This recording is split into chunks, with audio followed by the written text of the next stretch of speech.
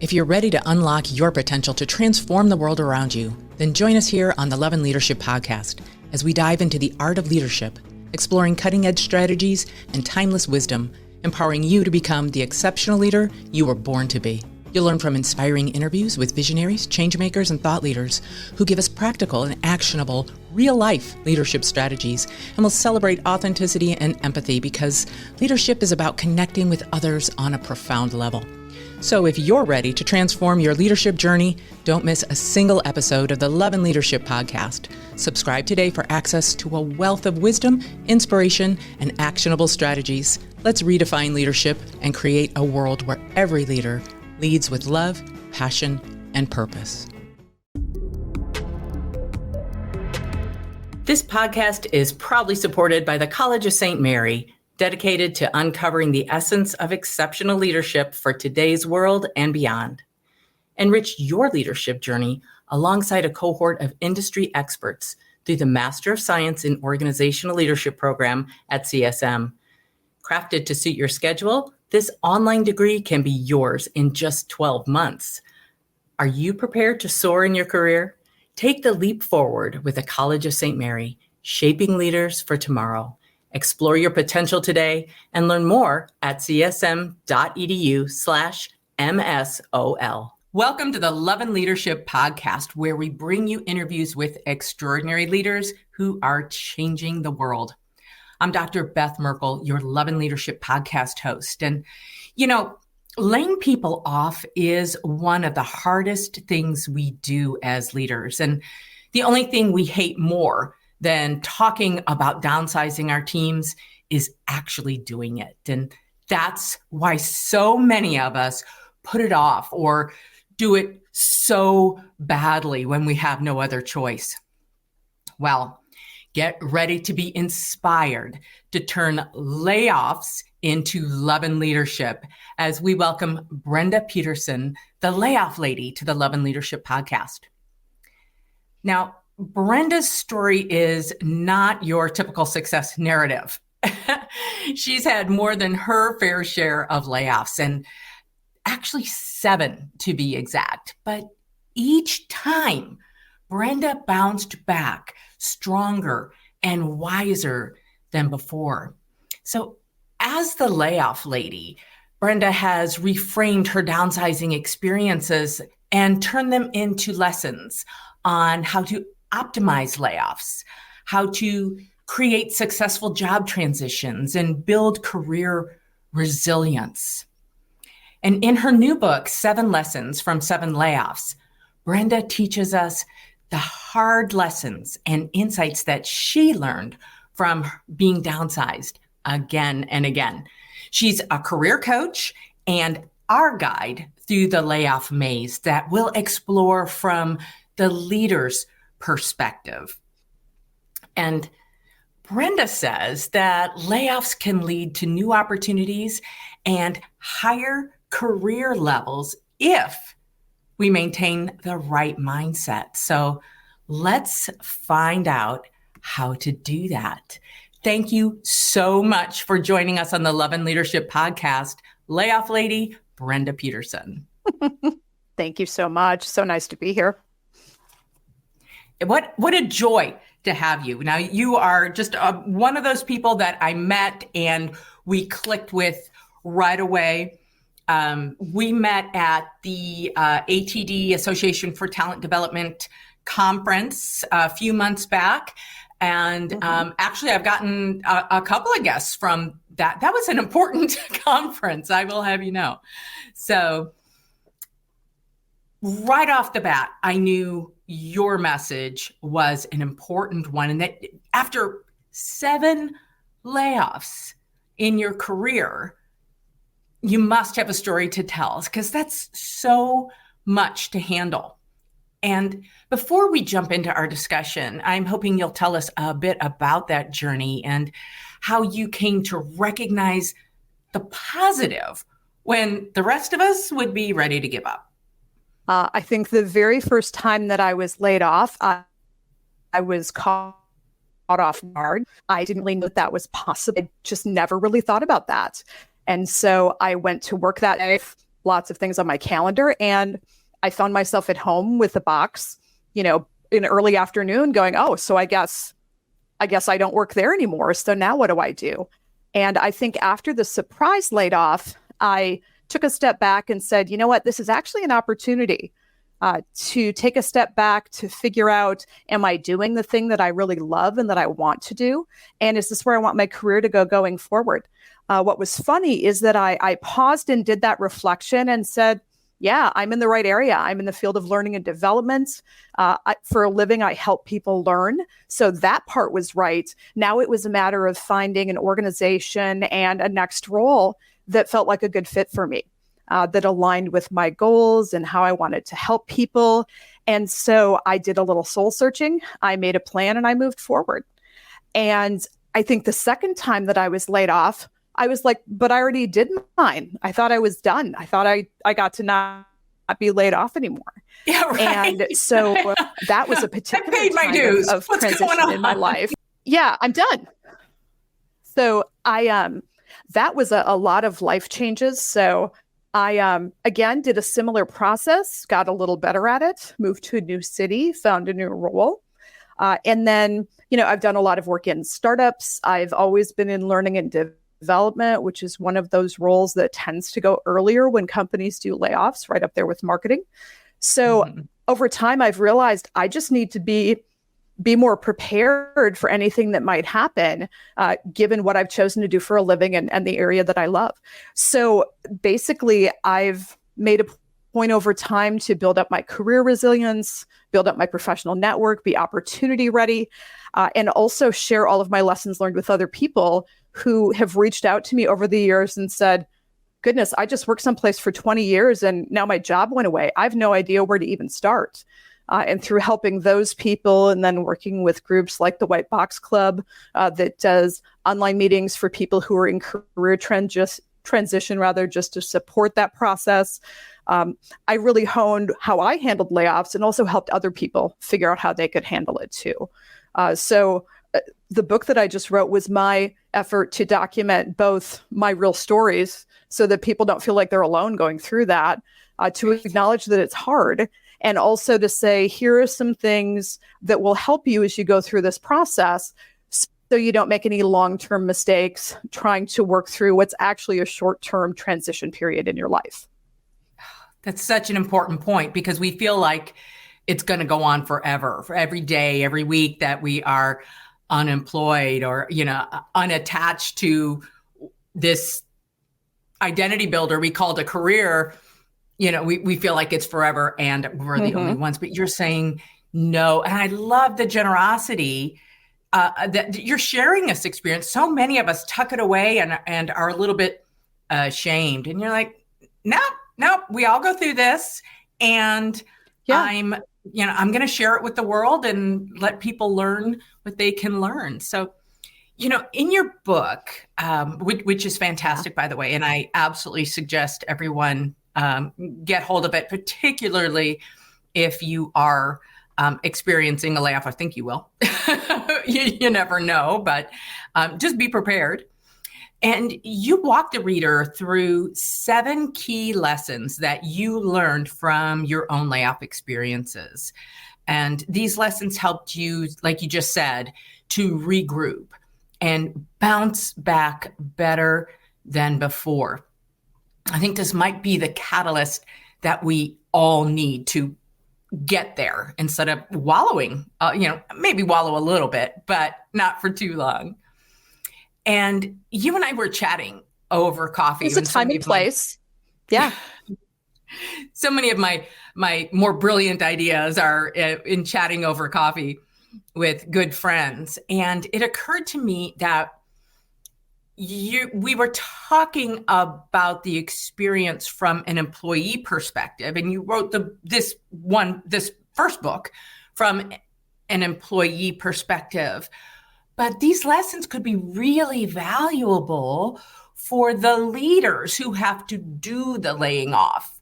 So I thought we would explore each lesson to help the Lovin Leadership community learn how to help the people we have to let go maximize this experience.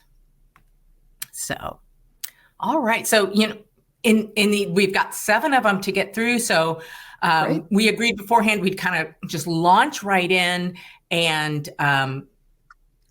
get through like, what do we mean? And then put some actionable steps from a leader perspective on the back end of each of these lessons. And the first one you talk about is managing your emotions and mindset. What do you mean by that, Brenda?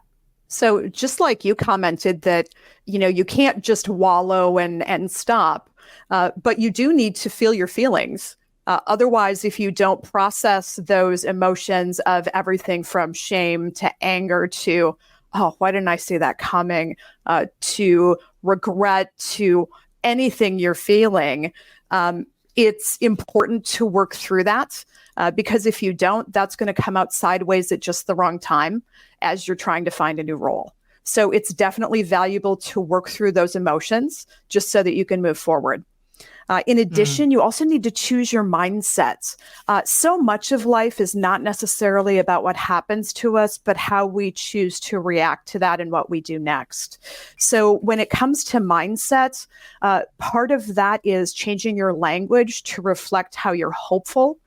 I'm a fan of using what I call a realistic optimist mindset, which is where you're honest with yourself about the challenges, but also hopeful about the future and that you'll land someplace good for you in the future.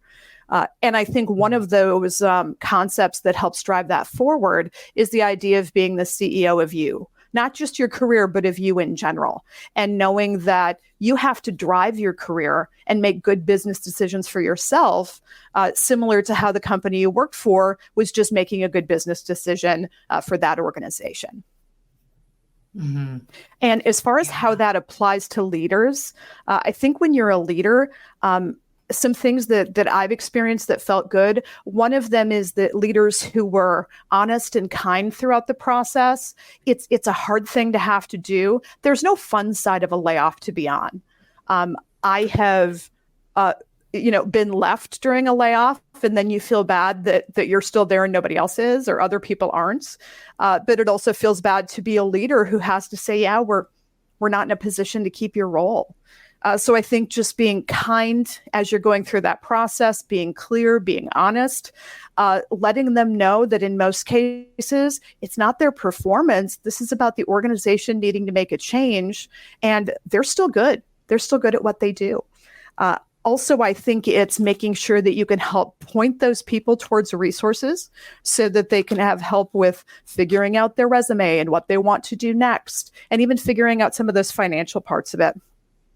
And from an organizational standpoint, anything that an organization or leaders can do to help ease that hard financial transition when it comes to insurance issues, when it comes to, severance agreements, when it comes to reminding them that they're probably eligible for unemployment, but just helping them to figure out what's next for them and really acknowledging how hard it all is too. Yeah. Yeah. We spend a lot of time.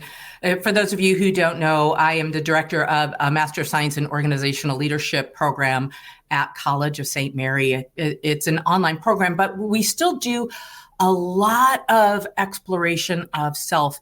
And when we get to this part about communicating hard news, whether it's feedback or a layoff to our team members, we often think we do it better than we really do. So we do a lot of role play, and we learn to first of all, do it face to face as much as possible, right? Let the person you're giving this news to feel that you are in pain with them, or it's not easy for you too. I've actually had feedback from clients say that they were laid off via email or text or something like, yeah, thanks for your service. Send. How horrible. And where's the process in that? So I think, first of all, if we do it face to face, if we share the experience, and don't be afraid of the silences. We are so afraid of of not filling in the silence. Give the person a minute to process what you just said, right? I just said your job is eliminated, right? And this person is going through all kinds of mental, gyrations. Oh my gosh, what does this mean for the kids, for the mortgage, for my identity? And there's as that leaders, too. we're like, oh, but it's okay. Let's, what do you want to do? How do you want to handle this? But give them a minute. I think it's kind, right? Just let them be with it and be with them in that moment and choose our language really carefully, right? I love that you pointed out that, a person who has been laid off should be careful what language they're using, and that the language should be forward thinking. And I think as leaders, we can do the same thing. We can say, I can do whatever you need to help you get set up in your next opportunity. What opportunities can I help create for you? That kind of thing. Definitely. And another thing I want to put forward that I am a huge proponent of, but we don't talk about very much in leadership, is therapy, right? Recommend that this person go through a therapist to help process these emotions, right? I love my therapist. I will straight up say that. And so if we can know the benefits that our organization has, we can say, here's an EAP. You have often EAPs, employee assistance programs, provide 5 counseling services. 5 or 6, depending. Yeah, per incident. So use them, right?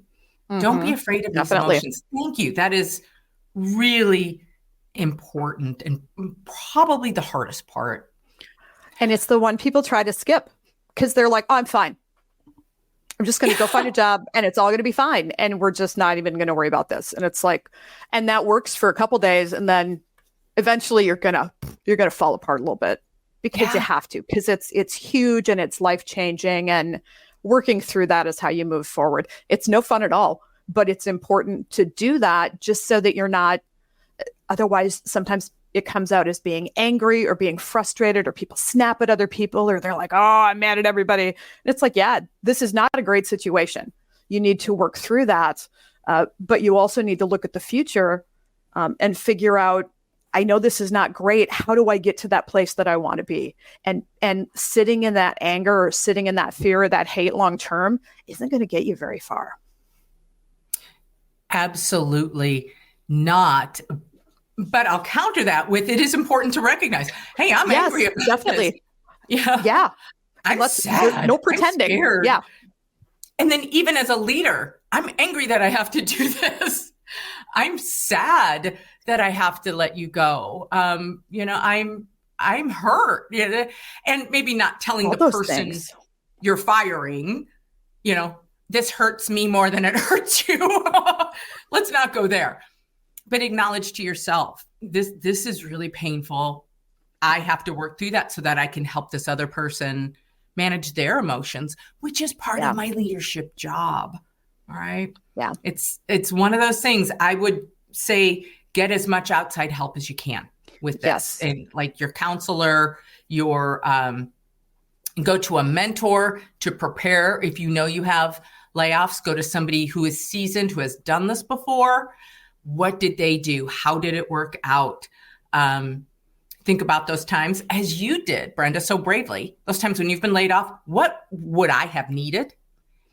And bring it to the situation. For sure. Excellent. Now, we could do an entire year of podcasts on this one alone. Yes, for sure. But let's move on to the second key lesson, which is manage your money. Talk to us about that. So, most people work, and that's usually their main income stream and often the source of their benefits. So that might be where your family's health insurance comes from. So one of the big things that you need to address right away is figuring out, what am I going to do from a money standpoint? So, and that's things like looking at any severance you might get, figuring out how much that might be, figuring out what your family is going to do for health insurance, whether you can go on somebody else's plan or whether you need to look at something through the healthcare exchange, or do something totally else, depending on your family situation. But basically figuring out unemployment, and then just figuring out, how does your budget need to adjust, and how do you get anybody else in your household on board to those changes that you need to make. One of the really hard things about a layoff is you don't know how long it's going to last. I have had layoffs as long as a month and as long as 9. And unemployment typically lasts 6 months, depending on the state that you're in, is going to influence your state, and your last income is going to influence exactly how long that comes in and what kind of an amount you get. So there's a lot of pieces to juggle and a lot of ambiguity to manage. So it's a matter of figuring out how to adjust your goals. So this is probably not the time when you're going to pay off a bunch of things or take big vacations. This is probably when you minimize everything you can and go more into the mode of trying to maintain and trying to not make any big mess for yourself to clean up later on. So it's just adjusting that mindset. Again, learning more about insurance and unemployment than you maybe ever thought you'd want to know, but you get to learn all that right then when you're under stress. So it's figuring out how to make those good initial decisions and then setting yourself up for that interim time until you're working again and have a more consistent income to what you're used to. Absolutely. I mean, it's a huge adjustment, and let's face it, most Americans are not prepared. We don't have a year's salary set aside. Sure wish I did, but I don't. And I'm guessing that most of our listeners don't. So as a worker, an employee, it's for all of us. It's important to know what are our benefits, what are, read the fine print before you are under duress and trying to read the fine print. If you can. And get a plan together. Now, from a leader perspective, what does their finance have to do with me? That's their problem, right? I don't things we don't say in front of people we're laying off, for sure. I think a lot of it is first of all, that empathy and that kindness. I think that anything people leaders can do to point people towards resources to help them. So maybe reminding them of things like unemployment, that's something that happens at the state level. Maybe even a handout that says, hey, here's some things to check out. I know some of the times when I've been laid off, I have had access to counseling services, which was everything from helping you with your resume to a job search strategy to how do we help you figure out the nuts and bolts of your budget for the next little bit. I think one of the sources of help is always assistance getting a new position or perhaps getting interim work. So I think people leaders can always help people make connections and explore new areas and get ideas, or even suggesting resources through different states. Sometimes they have retraining programs and additional assistance if you're having financial issues, but just letting people know about resources and that they do have options. And I think maybe the reminder, probably not right during that layoff meeting, but at some point is, this isn't forever. It may feel like this is never going to end, but this is an interim situation that you need to navigate through. So trying to keep that longer term mindset at a time when everything is like, what am I going to do? So I think it's, again, kindness and pointing towards resources, and really anything that an employer can do to help ease that transition, I think is definitely loving as people are going through this. Yeah, thank you for pointing that out. And so it becomes the leader's responsibility to know what those options are, know what severance is being offered, know what the time frame is, know what the unemployment benefits are. And if you don't know the unemployment, who can you connect this person to who really sincerely does and will be able to help them? So yes, as leaders, their finances, none of our business. And yet it really is. We can help give them those resources, but we have to know what those resources are. So it's our responsibility to be aware of that at the first hint that we might be going into a layoff situation, do your homework and do it really well, especially where people's money and insurance is concerned, because that's terrifying. Yes. And one of my flagship article on my blog at thelayofflady.com is called I Just Got Laid Off, Now What Do I Do? And that's where I just outline what are some of these things you need to be aware of. And I even have a little to-do list and a to-don't list, like don't run out and take the first job you can find. Don't, here are the things that are going to be career limiting moves. But just having some idea of like what needs to happen over those first couple of weeks, I think is helpful in a time when people are stressed out and probably not thinking the most logically right then because they're scared and worried and going through all those emotions that we talked about. So yeah, just helping them make that short term and then a little bit longer term plan forward. Mm-hmm. Yeah. So we've kind of segued a little bit into the third key lesson, which is answer the question, what do I want to do next? True. So one thing that I think is interesting is that as somebody who's been laid off 7 times, I've had 7 occasions to stop and reflect and say, well, here's what I liked about my last thing. Here's what I think I want in a new position, this kind of office, this kind of boss, more of this, less of that. And that's something that a lot of people don't ever do. They pick their career maybe early on and they just keep doing that same thing they've always done. And maybe they like it, maybe they don't, but it's paying the bills and you don't have to worry about it too hard. So one of the things I encourage people to do is to take that time to stop and reflect and think not only, the question we ask kids, which is, well, what do you want to be when you grow up? But it's, well, what do you want to be next? And what does that look like? So I think that's a process of structured soul searching to figure out what are my values? What are my strengths? What are the things that I like to do? What are my talents? What are all of those different things that I'd like to use in my work life? Maybe even how much money I want to make, what kind of a job title, what kind of an organization, what kind of arrangements as far as remote or in person or a combination, just all of those things. And starting to figure out what does that next position look like?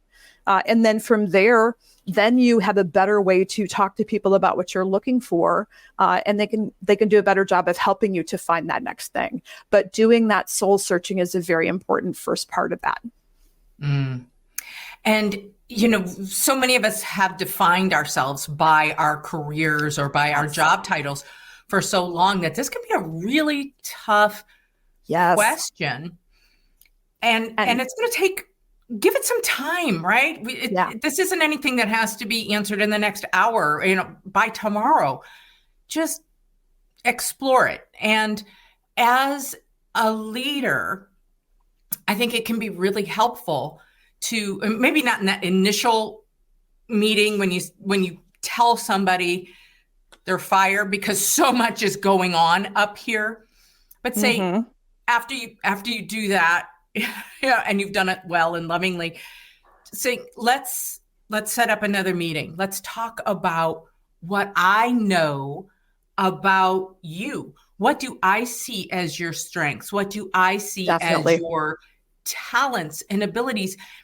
And from my outside perspective, different ways that this might be used. And as a leader, we are responsible for thinking about our people that way, not just what can they do for me and the task at hand and the organization, but thinking about them as actual human beings and real people and maximizing their potential, paying attention to their talents. And sometimes we don't see what we do well in ourselves. So taking the time to meet with that person later when the dust has settled, and here's what I see. Here's what you do well. Here are different avenues you might consider that maybe you haven't considered before. And by the way, I am willing to share my my social capital with you. Yes. My network, my recommendation. You need an introduction. If I know that person, I'm making the introduction. All right. So what do you want to be next? And this is where I get excited. This is why I'm an educator, this is the fun part. And a leadership consultant. because it's about unlocking that potential. And here you have the opportunity to unlock potential in a different way, or unlock it in a different way than you have before. For sure. And that's exactly what I would suggest. I think, like you said, many people are blind to what they're good at. I'm a big fan of Gallup's Clifton Strengths Assessment, just because that's one way to find out all of those things that you naturally do. Not everybody does all those things. So those are unique to you, and how do those play out? And then, yes, getting in touch with people who you've worked with and you're a leader would be ideal. And just to have that conversation of like, what have you seen me do well? When do I seem to light up? What do I seem to not be that excited about? Because sometimes we're so busy doing our jobs, we forget to reflect on those things. And I think you hit it on the head with helping them figure out possibilities, what they might want to do in the future, helping them make connections, helping them remember some of the projects that they worked on. Because so much of this, which comes up next, is figuring out how to tell your story. And if you've worked someplace for any length of time, you probably don't have top of mind all the projects that you worked on. So I think just being able to really help them dig into what they've done in the past and help them think about what they might want to pursue more in the future, that's just invaluable. Absolutely. And the outside perspective, right? Yes. It's like trying to write your own resume. I know anytime, and I've written, 1 million of them over the course of my career.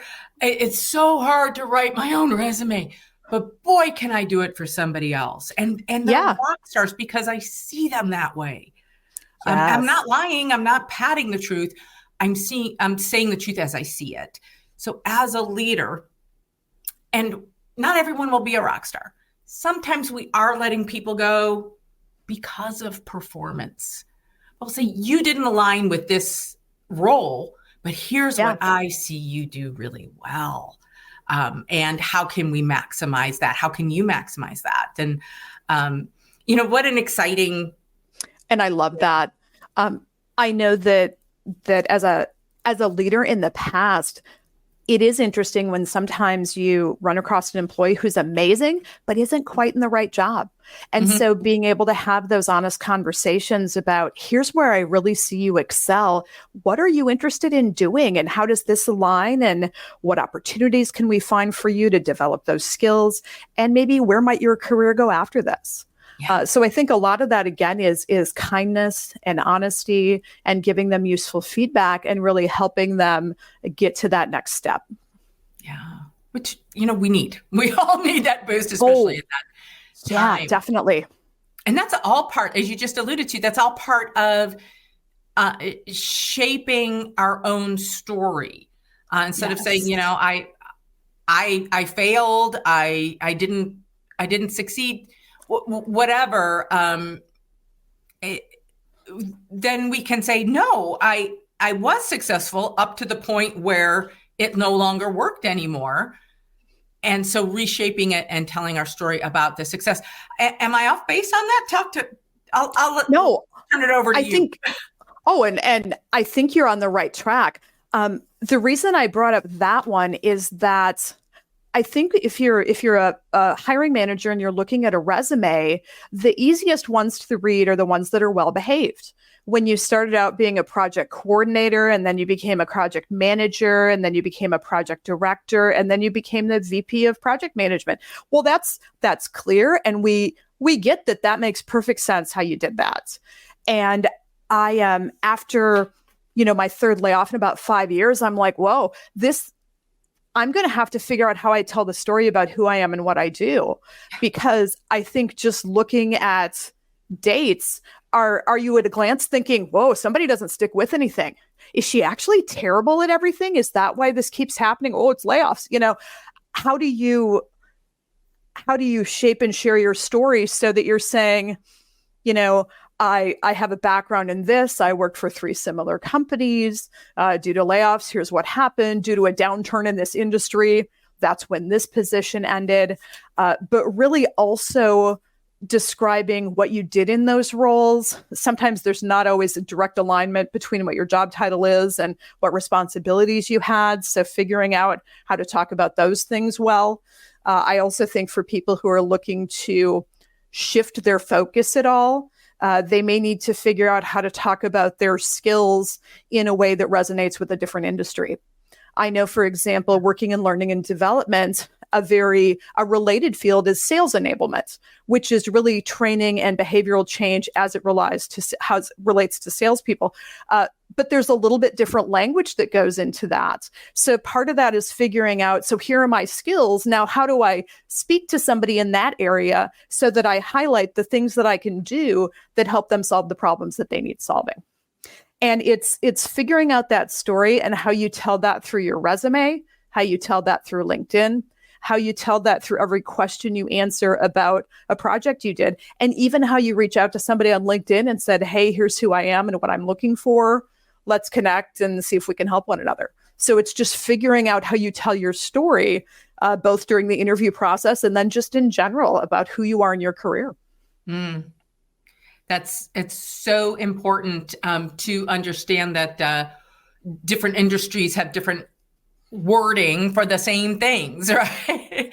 And even within, there's always even that. Within an industry. Good point. And we have to be able to tell the story so that people can get the overall context and connect the dots themselves. If we just stick with an industry-oriented narrative using all the jargon, and I do that for using myself as an example for education, then perhaps somebody in marketing will be like, oh, she's not qualified. No, I'm highly qualified. I'm just not using your particular buzzwords. So I have to connect the dots for you. And I think sometimes as a job seeker, it can be frustrating because you're thinking, but I could totally do this. I would be awesome at this. Yeah. And the first trick is you have to figure out how through the words that you put on a page, you convince them that the thing they need done is the thing you've totally done before. And part of that is shifting your language. Even within the field of learning and development, it's talent development, it's instructional design, it's learning experience design, it's talent management. I mean, there are lots of different areas that are within the same field, but even company by company, they may use different terms to talk about the same thing. So it really comes down to figuring out what you want and then looking at job descriptions and thinking, how do I tailor my resume for this particular job that uses this set of words as opposed to another job that uses a little bit different set of words? And this is where a leader's social network can come in, a professional network could come in handy. Sure. I know people in just about every industry I can think of. And so I could say, you know what, this resume looks fantastic to me, but why don't you run it past my friend over here in construction engineering and see if, get some feedback from this person. So for sure, it's a good way if you say, how can I as a leader help this person shape and share their story? And we can go back to what we just talked about, and that is tell them the side of the story that you see in terms of their talents, their gifts, their contributions, what they've done well, and then do connect them to anyone who might be able to help them, who's in your network. You don't have to be the expert in everything, but we all know somebody who's an expert in everything. So make those connections and let this person reshape their story. I think that's for sure. And again, be careful about the language we use to not undermine that story, right? Make sure it's positive and correct and forward thinking and forward moving. And that's always the value of, like you said, having other people give you feedback. And it might be as easy as talking to somebody in the job you think you want to be in with the kind of company you want to work for and just getting their insights. I think we gain so much just from our interactions with people. You never know what you're going to learn and how that could be useful to you later on. So I think just being open to those connections and again, not being afraid to ask for help. Yeah. Which takes us into number 5. help. Not planned, but that worked. Help you. Look how good you are. You just segued right in there.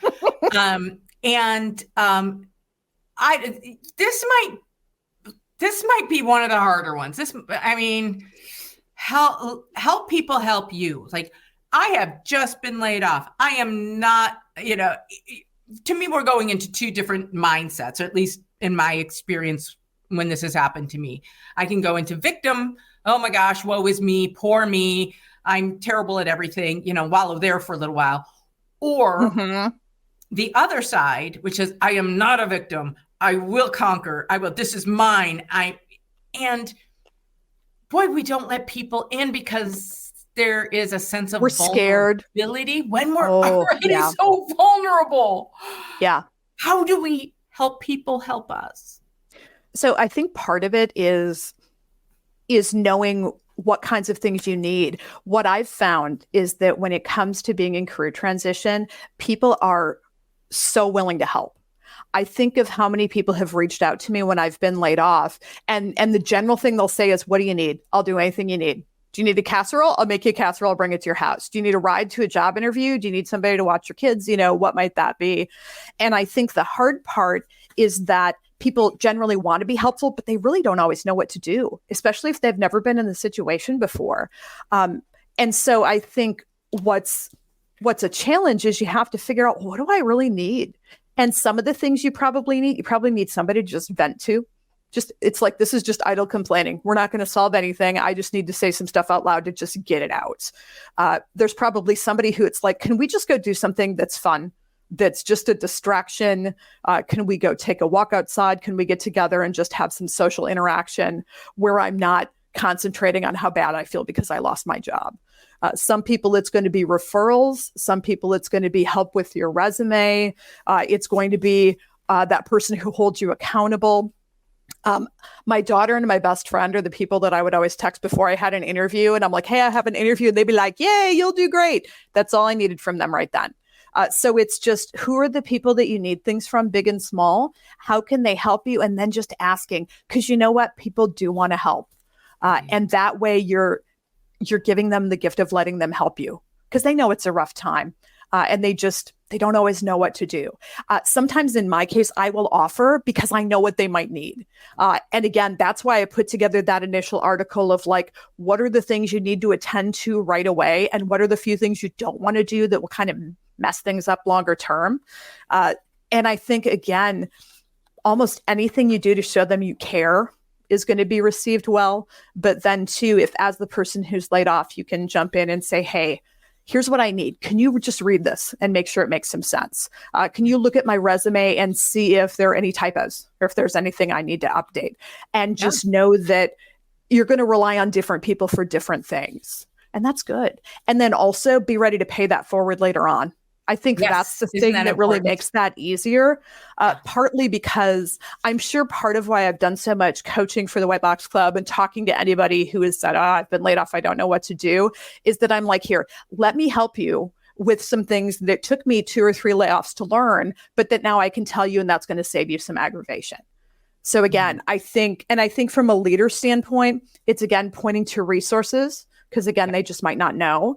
I think it's always, referrals is always a good thing. I've actually seen some leaders after their team has been laid off, basically go on LinkedIn and say, hey, so I've got these 3 awesome people, here's what they do. And they will make separate posts really talking about, hey, here's Jill, here's what she does, here's Saeed, here's what he does, and here's Mary, and here's the awesome things that she could bring to your team.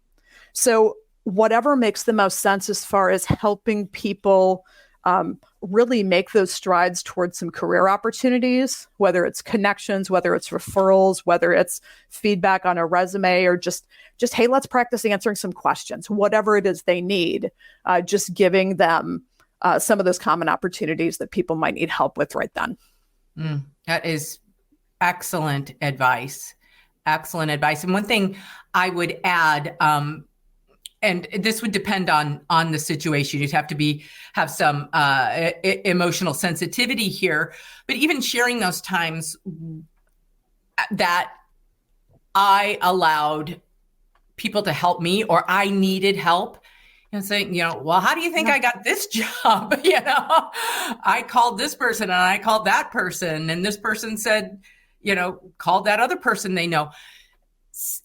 Sometimes just as a leader, we can be held in high esteem, or at least, from a viewpoint of high authority, like nothing bad happens to you, or you wouldn't be in this leadership position.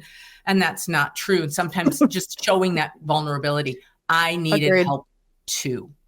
And so I'm paying it forward. Yeah. It's not a burden to me to help you. I am paying homage to all the people who have ever helped me. And as you said, I know that when I invest in you, you will pay it forward. Taking the taboo out of asking for help. Yeah. Can be Definitely. so helpful. And then that kind of goes into 6, because the 6th lesson is make wise use of energy and time. And when you're letting people help you, you are using your time and energy more wisely. Am I on track there? Oh, certainly. I mean, I think a lot of what I put into that particular chapter, I think sometimes when we're going through a tough time, we wanted to list ourselves to death. Like, I'll just make this list, and if I do all the things on this list, then it will all work out well. Yeah. And the problem is you're never done looking for a job until you have one. And in your head, you're like, oh, I can write 2 more messages. I can connect with 2 more people. I can apply for 2 more things. And you can, but you can only go 100 miles an hour so long before you're going to hit a wall. So part of that is about prioritizing what makes sense for you to do. For example, I actually had a list of what are my highest priority job searching activities to do. Top one was an interview. Second one was a meeting that would probably get me closer to an interview. One of the things that was pretty high up was an in-person meeting where I would have a chance to speak in front of people and connect with individuals. So, I mean, it's just figuring out where are these things on the list. And I also knew that if there was a day when I had an interview and then maybe there was a social networking thing I could do, like going to a professional development group later on that day, that was further on the list. And my top priority was going to that interview. And if I didn't have enough energy left, I was going to skip that event because it was more important for me to focus on that interview and then to recover. I think it's also a focus on self-care, making sure that you're having fun, that you're doing nice things for yourself, that you're getting some sleep, that you're connecting with other people. Because again, you're not going to spend 3 more hours each day doing things and get further ahead. Your quality is going to start to go down. You might be applying for jobs that aren't as good of a fit, and it starts to just erode your efforts. Part of that is also figuring out what are the right things for you to keep doing and setting some metrics on the things that you can control. So for example, I can control which jobs I apply for. I can control how many jobs I pick. I can control which ones I reach out to because I know somebody for a referral. I can't control who calls me back. I can't control if I get an interview. And so it's looking at the things you can control and making sure you're doing those right things and not necessarily beating yourself up because of all those things you can't control. The hard thing when you're waiting and worrying and feeling bad because you don't have a job is realizing that if you keep on doing the right things, it'll work out. You just have to keep on keeping on doing those right things and knowing that eventually something's going to pop. It's just the hard part being you don't know when eventually is. Yeah. So that's where you get together with friends and do fun stuff and take care of yourself, knowing that it is going to work itself out and it'll actually be okay. And you have to kind of convince yourself of that sometimes. Yeah. And as you pointed out earlier, not just okay, but most of the time, I will venture, not always, but most of the time better. I think, well, what if I hadn't, what if I was still in that job that I had 25 or 30 years ago that I really wasn't suited for? Boy, would my life be a lot different and a lot less fulfilled than it is now. So sometimes we can thank God for these new opportunities that come in the form of layoff. So one thing that crosses my mind as a leader, how can we help those people who we have to lay off or let go make wise use of their time and energy. And that can be by doing all of those things that we've already said, sharing your network, giving a list of effective current resources, and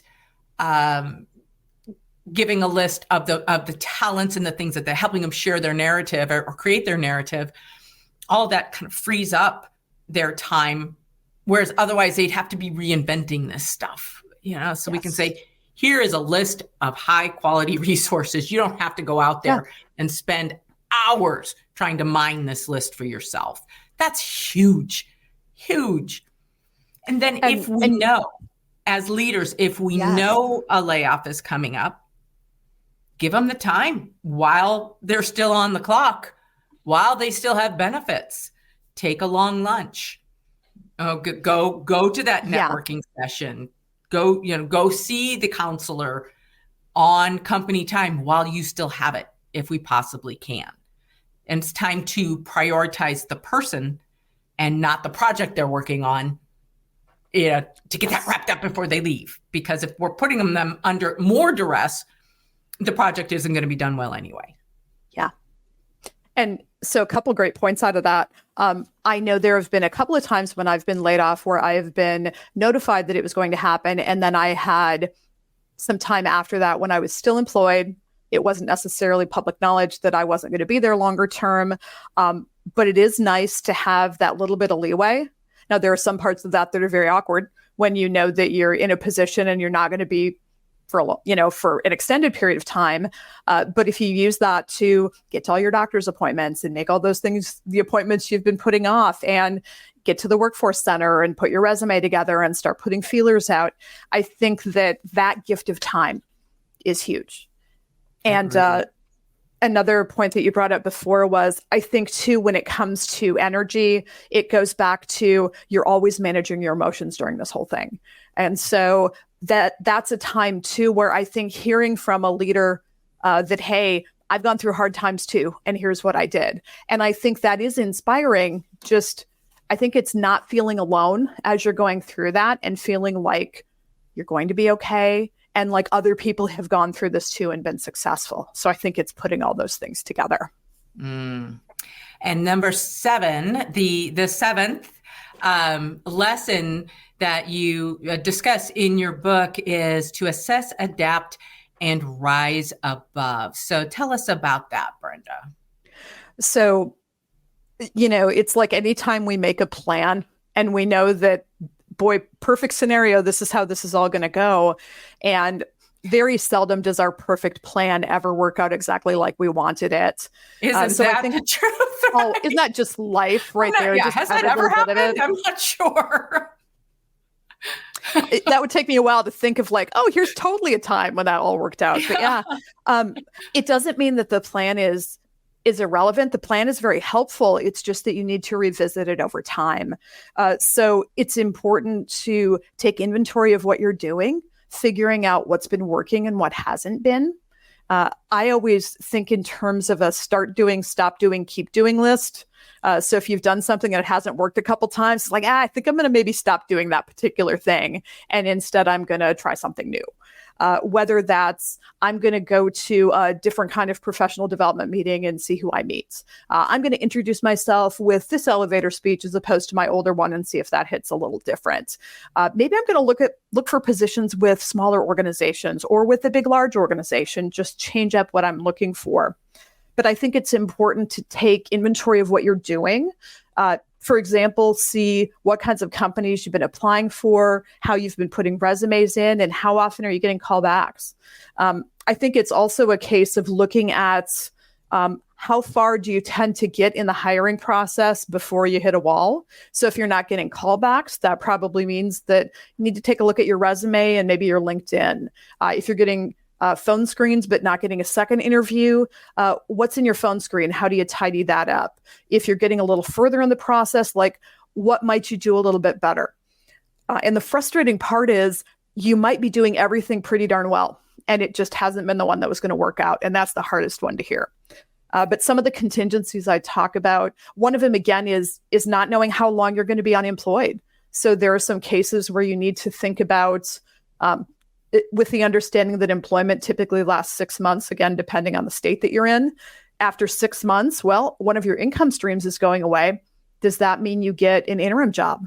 Are you contracting? Are you working an interim retail job? Are you going to take a nights and evenings job? What might that look like? But figuring out, depending on how things are going, what does your target job still look like? Are you going to ease up what you want? Or are you determined that that's the job that you want? So you're going to double down and make changes in other areas to stick with that plan. But it's all about adjusting and figuring out what to do based on what kinds of results you're getting. And knowing that you can't control everything, but you can control how you respond to it. And eventually, if you keep on doing those right things, something will work out. It's just not knowing when that's very frustrating. But keeping that in mind. Not knowing when. Yes. The crystal ball is broken. Oh, yes. And I think one of the most important things a leader can do, and I'll go on the assumption that the leader has built some type of a relationship with this employee, with this team member, to help them assess, adapt, and rise above. You go like, isn't some of this just out of my hands?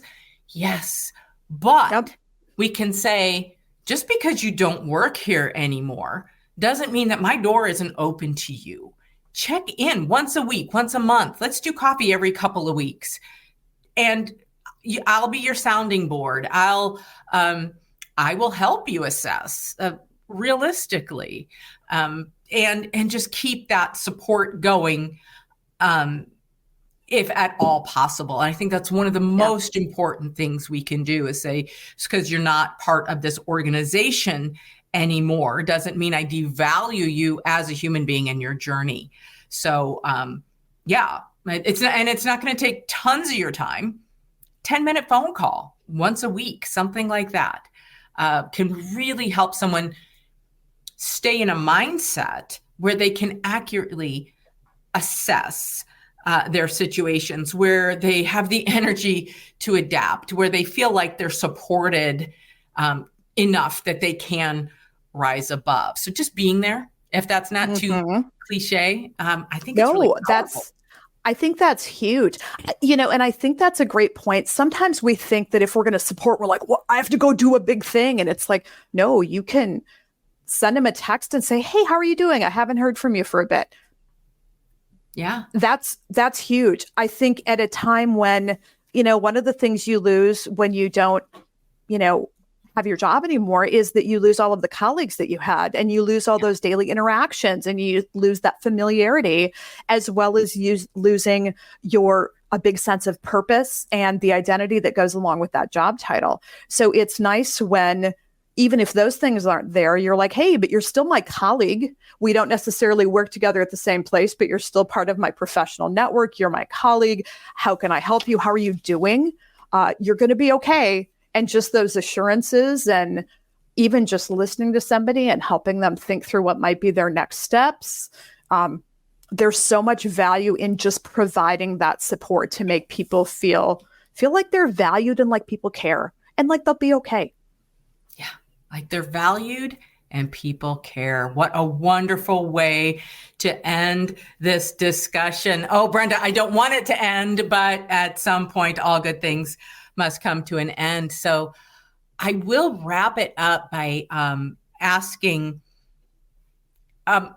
what one thing would you like our audience to leave this discussion knowing? I think from a leadership standpoint, it's making sure that when you are in that position where your company is doing layoffs, be kind and be mindful of the people who are in front of you and what they're about to go through. And I think that any support you can offer them, definitely some of those things being just somebody to chat with, getting their feedback on what they did well, also getting their feedback on who they should connect with or who they might want to talk to learn a little bit more. I think that's just invaluable. So I think if you could just be present and be kind during that layoff event, and then be present and be helpful later on. And like Beth had said, it doesn't need to be a huge time commitment, but just letting them know that you care and that you're willing to help them make connections and help them get to that next paid opportunity. I think that's all huge. I could not have said it better myself. And finally, what's going on in Brenda's world? What do you want the audience to know about Brenda and the Layoff Lady? What's going on that we should know about? Cool. Well, I blog weekly at thelayofflady.com, and some of those are ideas that either came from a book in the making or came from a book that already ended up being made. I always take suggestions for people on what they're interested in learning about and then use those within that content. So that's definitely worth checking out. Again, as Beth had mentioned, my book, 7 Lessons for 7 Layoffs, a guide, is available on Amazon. It's also available through ebook. So if somebody has just been laid off and needs something right then, that's a good resource to get to them. Or if they'd rather have that reference to look at later on, there is a paper copy. And it's nice because it's both personal stories and it's some step-by-step on what to do with yourself and what challenges you might be going through as you're weathering that layoff. Also, one of the seminars that I have coming up is a career resilience seminar, which is a virtual workshop that I do for people who are currently working but want to make sure that they're in a good place should they experience a layoff. So that's looking at the more forward-thinking part of that of how do you build your professional network? How do you make sure that you know how to shape and share your story? And how do you do some basic contingency planning so that you're not caught flat-footed if you are part of a layoff? But that next one is coming up on February 22nd with an organization called Learning Rebels. So I'm going to partner with them to do that seminar, which will be fun. Okay. And I'm always doing different speaking engagements and a little bit of career counseling as well. So again, check out my website, thelayofflady.com, for additional information.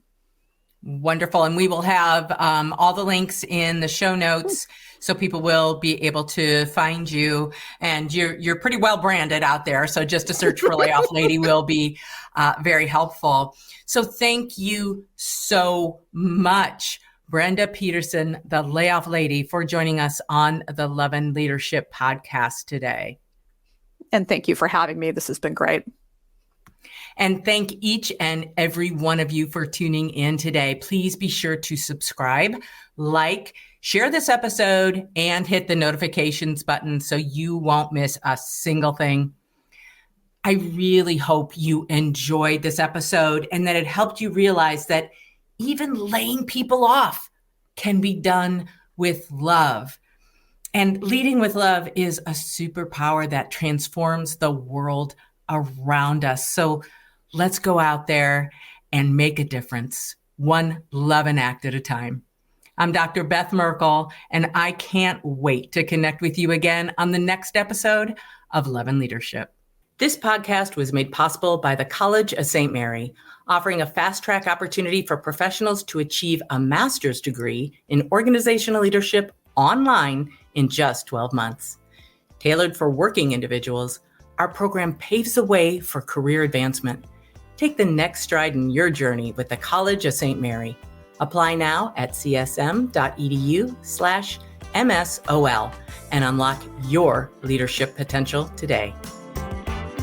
Thank you for joining us on this incredible journey we call Lovin Leadership. Now it's time for you to take action and unleash your true leadership potential. Here are 4 easy steps you can take today. Number 1, subscribe. Hit that subscribe button. Number 2, share. Share the love with your friends, colleagues, and fellow leaders. Number 3, connect to our Lovin Leadership community by clicking the link below. And finally, take the knowledge and wisdom that you've gained from this podcast and put it into action. The Lovin Leadership podcast is more than just a podcast. It's a movement. Together, let's rewrite the leadership narrative and create a world where love, passion, and purpose thrive. I can't wait to see the incredible impact you'll make as a Lovin leader. Stay tuned for our next episode, and until then, lead on with love.